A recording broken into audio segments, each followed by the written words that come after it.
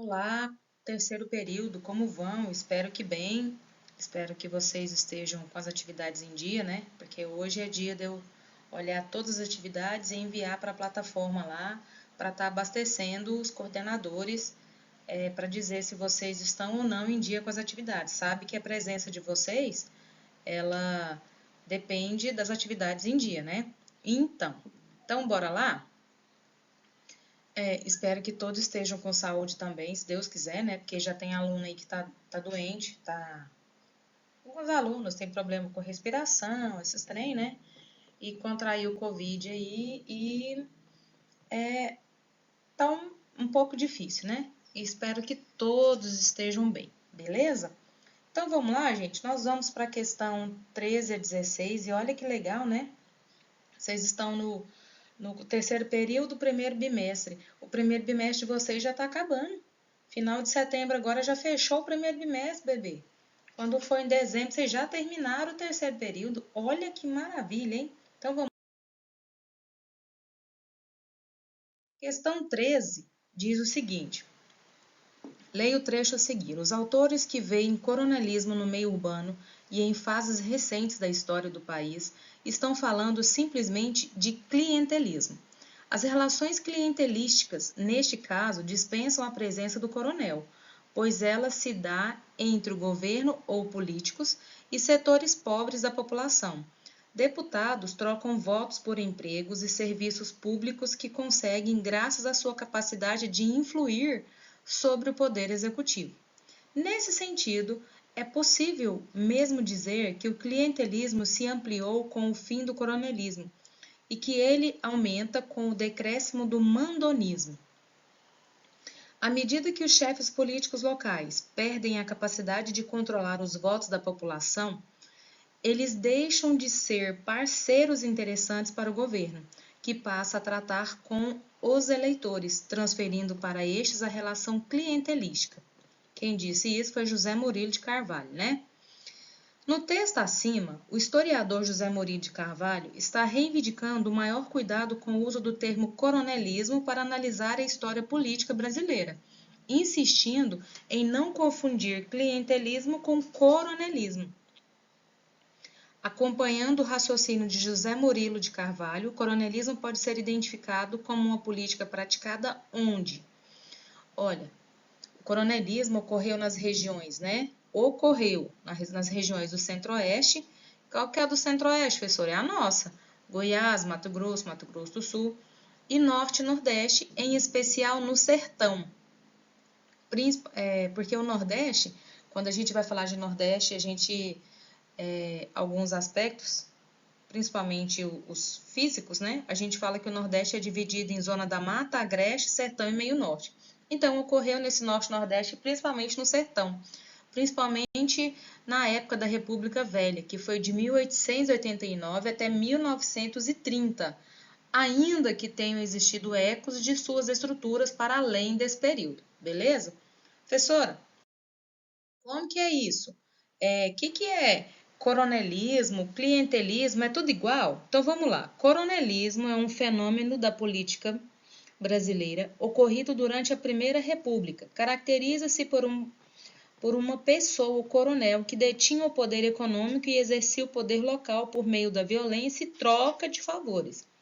A palavra coronelismo é, na realidade, uma, um abrasileiramento das patentes de coronel da Guarda Nacional. O cargo era utilizado para denominar os cargos aos quais as elites locais poderiam ocupar dentro do escalão militar e social brasileiro.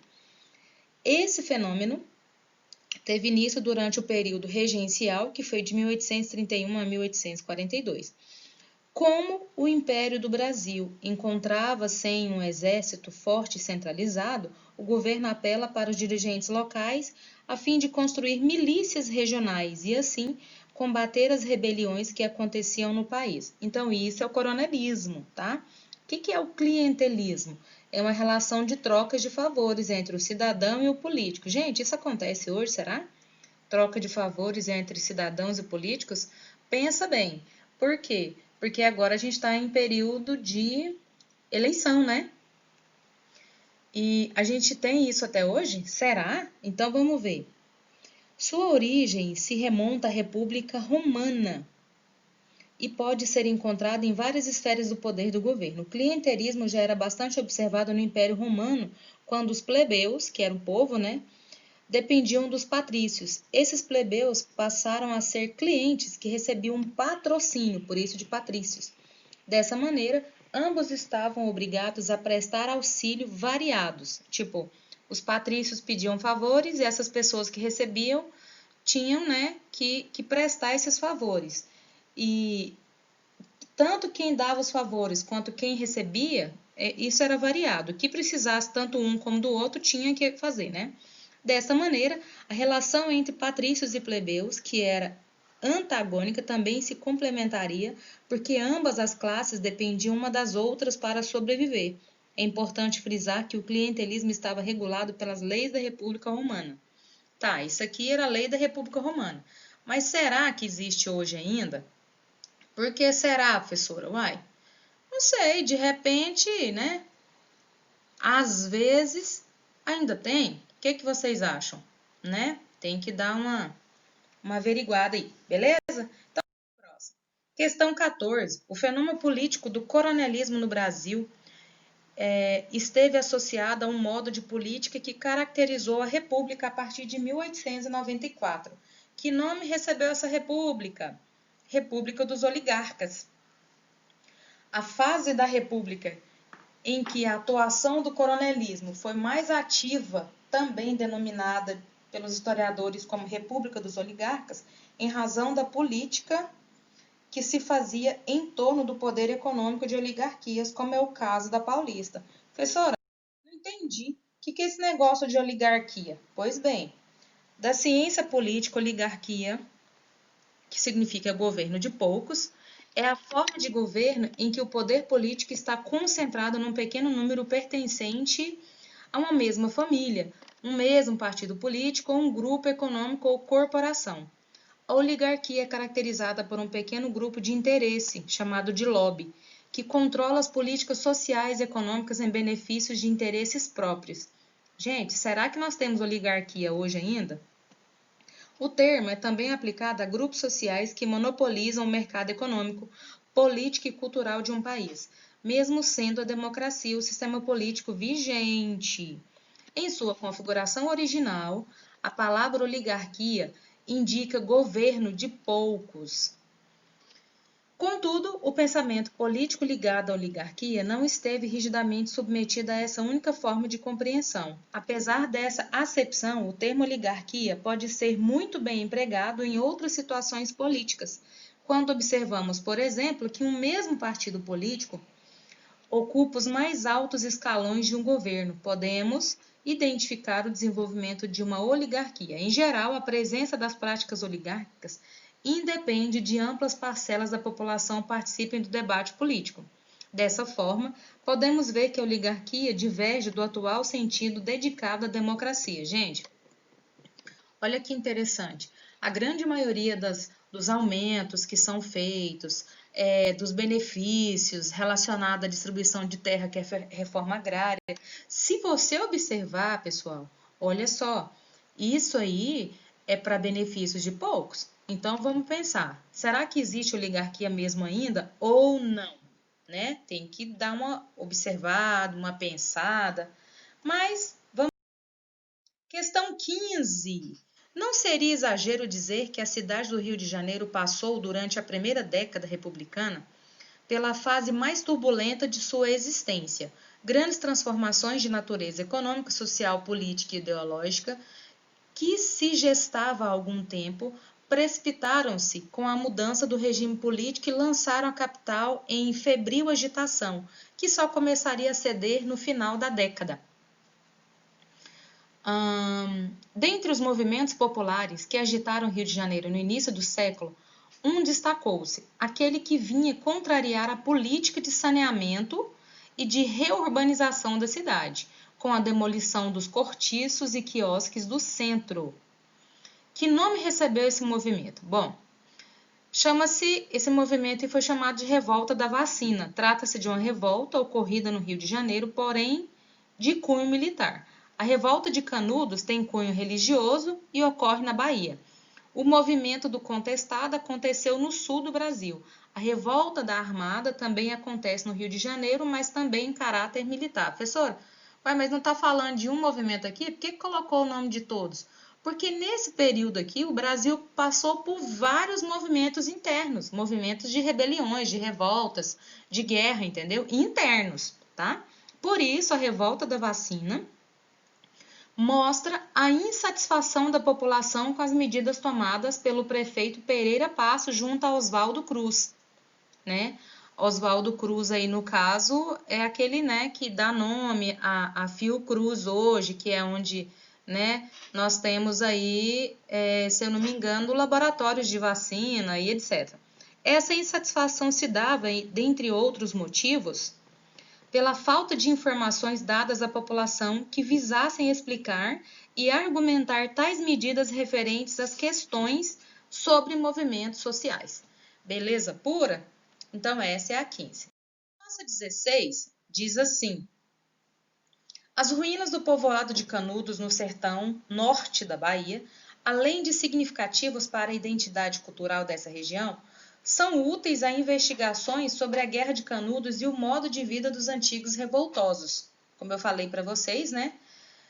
O Brasil, nessa época aí, teve muitas revoltas internas, muitas guerras, muitas rebeliões e assim por diante.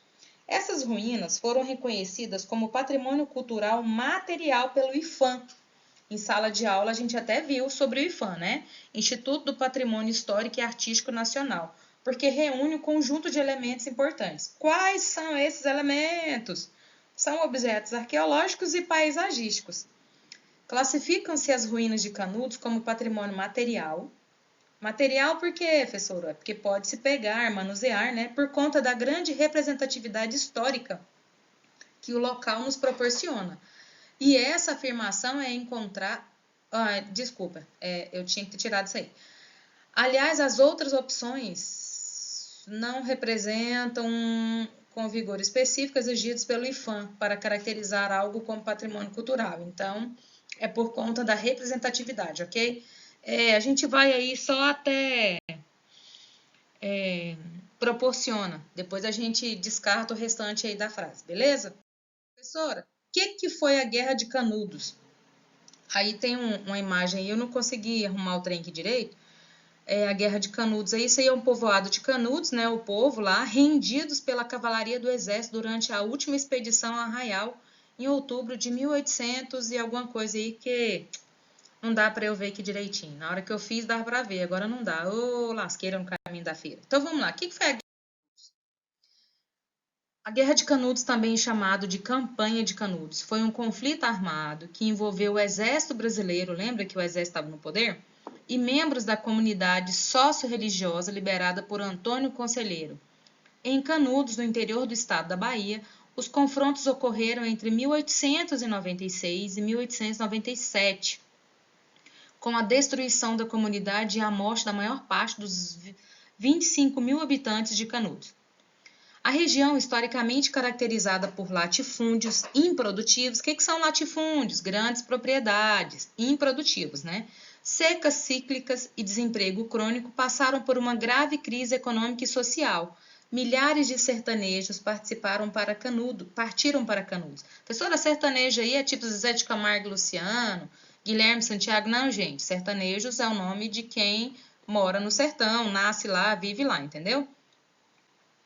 E por que, então, desses cantores famosos chamar de sertanejo? Porque quando mais para o interior do Brasil eles vieram, eles chamavam o lugar de sertão, entendeu? É isso. Cidadela liderada pelo peregrino Antônio Conselheiro, unidos pela crença numa salvação milagrosa que pouparia os humildes habitantes do sertão dos flagelos do clima e da exclusão econômica e social, os grandes fazendeiros da região uniram-se à igreja, iniciaram um forte grupo de pressão junto à república recém-instaurada, pedindo que fossem tomadas providências contra Antônio Conselheiro e seus seguidores. Criaram-se rumores de que Canudos se armava para atacar cidades vizinhas e partir em direção à capital para depor o governo republicano e reinstalar a monarquia. Pensa que bagaceira que era isso. Apesar de não haver nenhuma prova para esses rumores, o exército foi mandado para Canudos. 3 expedições militares contra Canudos saíram derrotadas, o que apavorou a opinião pública, que acabou exigindo a destruição do arraial. Né? Uai, lógico, o povo ficou com medo de essa população toda invadir as outras cidades e matar todo mundo, né? E tomar para eles o território, dando legitimidade ao massacre de até 20 mil sertanejos, sendo que lá moravam 25 mil, né? Além disso, estima-se que 5 mil militares também tenham morrido. A guerra terminou com a destruição total de Canudos, a degola de muitos prisioneiros. O que é degola, professora? Arrancar a cabeça. E o incêndio de todas as casas do arraial. Beleza, moçada? Então, esse aqui termina a nossa questão 16. E semana que vem a gente tem o próximo vídeo. Beleza? Tchau, tchau!